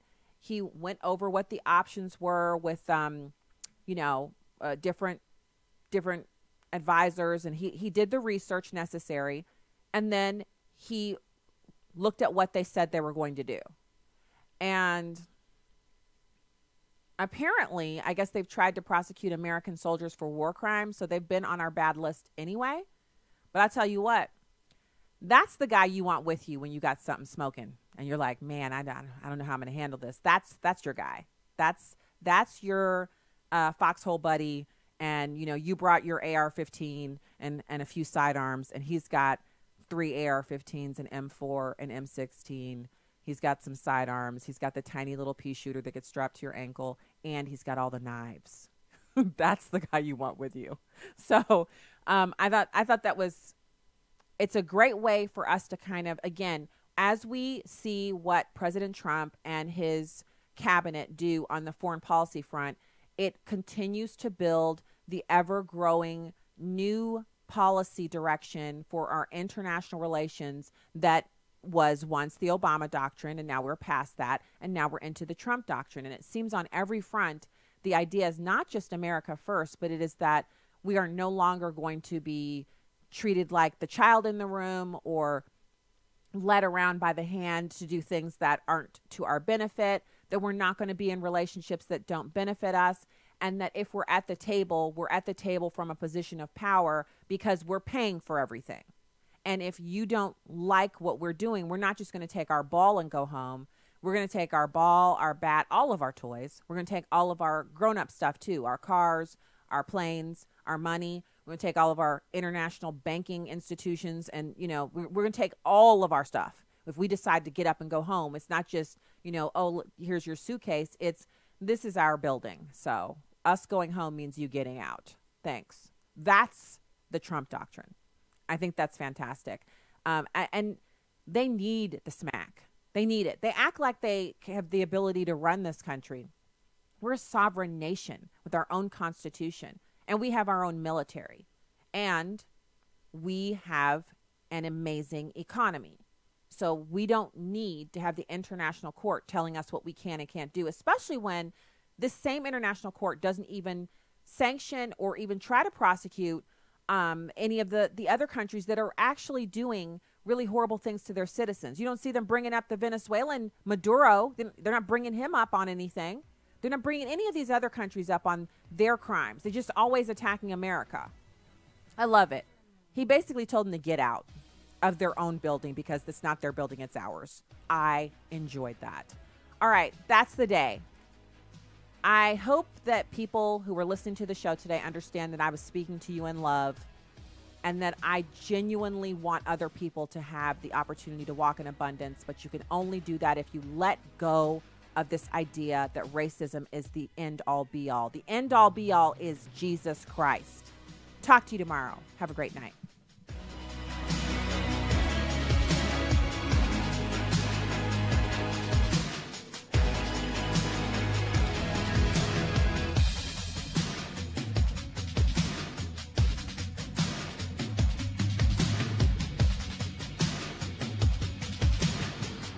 The views and opinions expressed in this broadcast do not necessarily reflect those of Urban Family Talk, Urban Family Communications, or American Family Association.